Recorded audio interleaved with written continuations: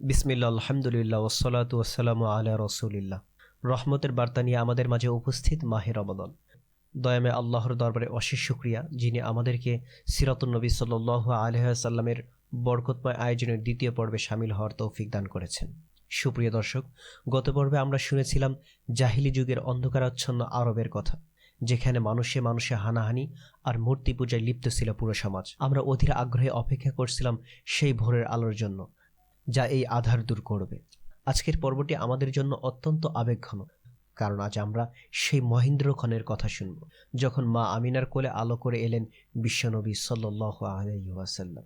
আজকের পর্বে আমরা জানব কিভাবে একজন পিতৃহারা এতিম শিশু মরুভূমির বুকে বড় হলেন, কিভাবে তার জন্মের সাথে সাথে পারস্যের হাজার বছরের নিভে না যাওয়া আগুন নিভে গেল, এবং মাত্র 6 বছর বয়সে মায়ের হাত ধরে মরুভূমি পাড়ি দিতে গিয়ে কিভাবে তিনি মাতৃহারা হলেন। সেই হৃদয় বিদারক কাহিনী শুনবো আজ ইনশাআল্লাহ। অনুরোধ করব, হাতে কিছুটা সময় নিয়ে হৃদয়ের সবটুকু আবেগ দিয়ে আজকের এই দস্তান রাসূল সাল্লাল্লাহু আলাইহি ওয়াসাল্লাম শুনুন। প্রিয় ভাই ও বোনেরা, সময়টি ছিল 571 খ্রিস্টাব্দ। আরবের ইতিহাসে এই বছরটি আমুল ফিল বা হস্তি সনের বছর নামে পরিচিত। আব্রাহা হস্তি বাহিনী ধ্বংস হওয়ার মাত্র 50 থেকে 55 দিন পরের কথা।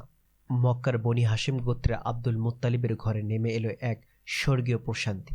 দিনটি ছিল সোমবার। অনেকের মতে তারিখটি ছিল 9 রবিউল আউয়াল, মতান্তরে 12 রবিউল আউয়াল। ইতিহাসে সেই শ্রেষ্ঠতম মুহূর্তে মা আমিনার কোল আলো করে পৃথিবীতে এলেন আমাদের প্রিয় নবী মুহাম্মদ সাল্লাল্লাহু আলাইহি ওয়াসাল্লাম। ইবনে সাউদ রহমতুল্লাহি আলাইহি বর্ণনা করেন, মা আমিনা বলতেন, যখন তিনি জন্ম নিলেন আমি দেখলাম তার দেহ থেকে এমন এক নূর বা জ্যোতি বের হলো, যা সুদূর সিরিয়া বা শাম দেশের প্রসাদগুলো আলোকিত করে দিল। সুবহানাল্লাহ। বিশ্বনবীর আগমনের সাথে সাথে পৃথিবীর বুকে ঘটে গেল কিছু বিস্ময়কর ঘটনা, যা ছিল জাহিলিয়াত ধ্বংসের ইঙ্গিত। ঐতিহাসিক বর্ণনা অনুযায়ী সেই রাতে পারস্য সম্রাটের রাজপ্রসাদ বা কিসরার প্রসাদের 14টি মিনার বা গম্বুজ থরথর করে কেঁপে উঠে ধসে পড়ে যায়। আর সবচেয়ে অবাক করা ঘটনাটি ঘটল পারস্যের অগ্নি উপশালায়। সেখানে এমন একটি আগুনের কুণ্ডলী ছিল, যা অগ্নি পূজকরা 1000 বছর ধরে জ্বালিয়ে রেখেছিল। 1000 বছরে একবারের জন্য সে আগুন নেভেনি। নবীজির জন্মের সংবাদে সে 1000 বছরের প্রজ্বলিত আগুন মুহূর্তেই নিভে ঠান্ডা হয়ে গেল। শাওয়া নামক হ্রদের পানি শুকিয়ে গেল। প্রকৃতি যেন জানান দিলেন, মিথ্যার আগুন নিভে যাওয়ার এবং সত্যের আলো জ্বলে ওঠার সময় হয়েছে। দাদা আব্দুল মুত্তালিব তার আদরের নাতির জন্মের সংবাদ শুনে আনন্দে আত্মহারা হলেন। তিনি শিশুটিকে কোলে নিয়ে সোজা কাবা চত্বরে চলে গেলেন, আল্লাহর দরবারে শুকরিয়া আদায় করলেন এবং শিশুটির নাম রাখলেন মুহাম্মদ, অর্থাৎ প্রশংসিত। আরবের সম্ভ্রান্ত বংশের নিয়ম অনুযায়ী নবীজিকে দুধ পান করানোর জন্য গ্রামের মুক্ত পরিবেশে পাঠানোর ব্যবস্থা করা হলো। বনি সাদ গোত্রের নারী হালিমাতুস সাদিয়া রাদিয়াল্লাহু তাআলা আনহা মক্কায় এসেছিলেন দুধ পান করানোর জন্য কোনো শিশু নিতে, কিন্তু সেই বছর ছিল ভয়াবহ দুর্ভিক্ষ। হালিমার নিজের বুকেই দুধ ছিল না। তার কোলের শিশুটি ক্ষুধার জ্বালায় সারা রাত কাঁদত। তার বাহন উটনীটি ছিল দুর্বল, তার ওলানে 1 ফোঁটা দুধও ছিল না। মক্কায় এসে হালিমা দেখলেন অবস্থা সম্পন্ন সব শিশুকে অন্য ধাত্রীরা নিয়ে গেছে, বাকি আছে শুধু একজন এতিম শিশু মুহাম্মদ সাল্লাল্লাহু আলাইহি ওয়াসাল্লাম। এতিম শুনে প্রথমে কেউ তাকে নিতে চায়নি। হালিমাও ইতস্ত করছিলেন, কিন্তু শেষমেশ খালি হাতে ফেরার চেয়ে এই ইতিম শিশুটিকে নেওয়াকেই তিনি ভালো মনে করলেন। আর এখানেই শুরু হলো আল্লাহর কুদরতের খেলা। হালিমা বলেন, যেই মুহূর্তে আমি শিশু মুহাম্মদকে আমার কোলে তুলে নিলাম, আমার মনে হলো আমি যেন সৌভাগ্যকে কোলে তুলে নিয়েছি। তাঁবুর ভিতরে ফিরে তিনি শিশুটিকে দুধ পান করাতে বসলেন। অবাক কাণ্ড, সে হালিমার বুকে একটু আগে দুধ ছিল না, তাই এখন দুধে পরিপূর্ণ হয়ে গেল। নবী সাল্লাল্লাহু আলাইহি ওয়াসাল্লাম এবং তার দুধ ভাই পেট ভরে দুধ পান করে শান্তিতে ঘুমিয়ে পড়লেন। শুধু তাই নয়, তাদের সেই দুর্বল উটনীটির ওলানো দুধে ভরে গেল। স্বামী হারিস অবাক হয়ে বলল, হালিমা, তুমি নিশ্চয়ই কোনো এক বরকতময় সত্তাকে আমাদের ঘরে নিয়ে এসেছো। ফেরার পথেও ঘটল বিস্ময়। যে গাধাটি দুর্বলতার কারণে হাঁটতে পারছিল না, নবীজিকে কোলে নেওয়ার পর সেটি এত দূরতে ছুটতে শুরু করলো যে কাফেলার অন্যরা অবাক হয়ে হালিমাকে জিজ্ঞেস করলো, এটি কি সেই গাধা যা তুমি নিয়ে এসেছিলে? এভাবেই এতিম নবীজিকে লালন পালন করতে গিয়ে হালিমাতুস সাদিয়া রাদিয়াল্লাহু তাআলা আনহা নিজেই ধন্য হয়ে গেলেন। নবীজির বয়স যখন 4 অথবা 5 বছর, তখন একদিন তিনি বনি সাদ গোত্রের শিশুদের সাথে খেলছিলেন। হঠাৎ জিবরাইল আলাইহিস সালাতু ওয়াস সালাম মানুষের রূপে সেখানে উপস্থিত হলেন। তিনি শিশু নবীজিকে ধরে মাটিতে শুয়ে দিলেন। এরপর তার বুক চিরে হৃৎপিণ্ড থেকে এক জমাট রক্ত বের করে ফেলে দিলেন এবং বললেন, এটি ছিল তোমার মধ্যে শয়তানের অংশ। এরপর জিবরাইল আলাইহিস সালাতু ওয়াস সালাম একটি স্বর্ণের পাত্রে জমজমের পানি দিয়ে নবীজির হৃৎপিণ্ড ধৌত করলেন এবং তা পুনরায় যথাস্থানে স্থাপন করে বুক জোড়া লাগিয়ে দিলেন। সাথে থাকা অন্য শিশুরা ভয় পেয়ে দৌড়ে গিয়ে হালিমাকে খবর দিলেন মুহাম্মদকে হত্যা করা হয়েছে। হালিমা ও তার স্বামী হন্তদন্ত হয়ে ছুটে এসে দেখলেন যে শিশু মুহাম্মদ সাল্লাল্লাহু আলাইহি ওয়াসাল্লাম ভয়ে বিবর্ণ মুখে বসে আছেন। যদিও তিনি সুস্থ ছিলেন, কিন্তু ভীষণ ভয় পেয়ে গেলেন। তিনি ভাবলেন, এই আমানত আর নিজের কাছে রাখা ঠিক হবে না। তাই তিনি নবীজিকে মক্কায় তার মায়ের কাছে ফিরে দিয়ে এলেন। প্রিয় দর্শক, এবার আসছি নবীজির জীবনের সবচাইতে বেদনাদায়ক অধ্যায়। মায়ের কোলে ফিরে আসার পর নবীজির বয়স ছিল মাত্র 6 বছর। মা আমিনা চাইলেন যে তার ছেলেকে নিয়ে মদিনায় যাবে, ছেলের মামার বাড়ি দেখানো এবং সেখানে শাহিত স্বামী আবদুল্লাহর কবর জিয়ারত করা। মা ও ছেলের সাথে দাসী উম্মে আইমান এবং দাদা আব্দুল মুত্তালিব সবাই মিলে প্রায় 500 কিলোমিটার পথ পাড়ি দিয়ে মদিনায় পৌঁছালেন। সেখানে 1 মাস থাকলে নবীজি তার বাবার কবর দেখলেন। ফেরার পথে আবওয়া নামক স্থানে এসে মা আমিনা মরুভূমির নির্জন পথে রোগের তীব্রতা বেড়ে গেল। সেখানে মা আমিনা শেষ নিঃশ্বাস ত্যাগ করলেন।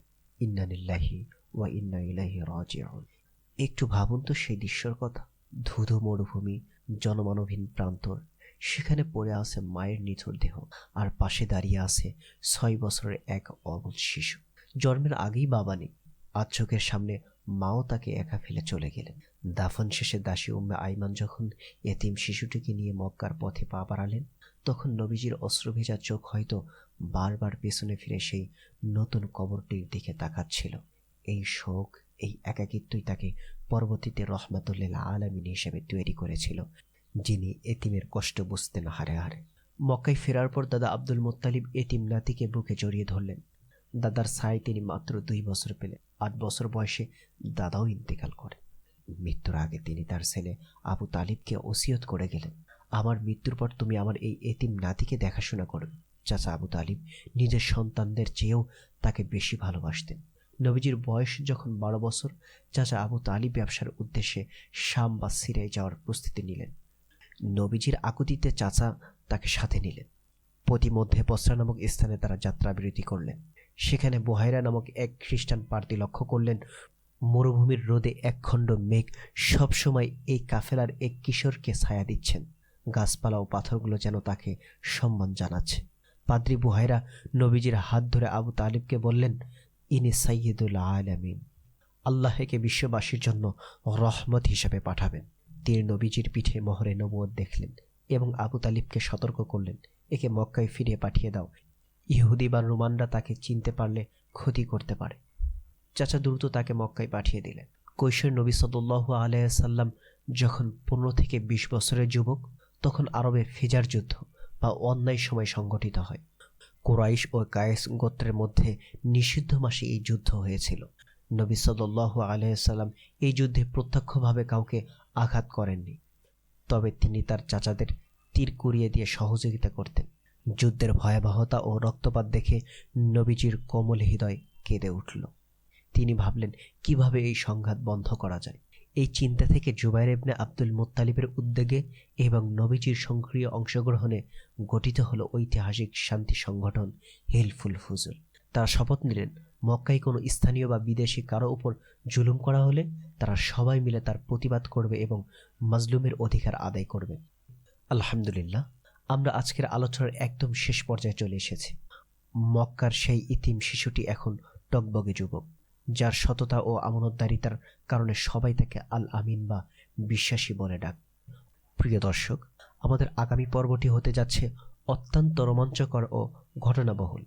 আগামী পর্বে আপনারা নবীজি সাল্লাল্লাহু আলাইহি ওয়াসাল্লামের জীবনের এমন কিছু অধ্যায় জানবেন যা আমাদের ঈমানকে আরও মজবুত করবে।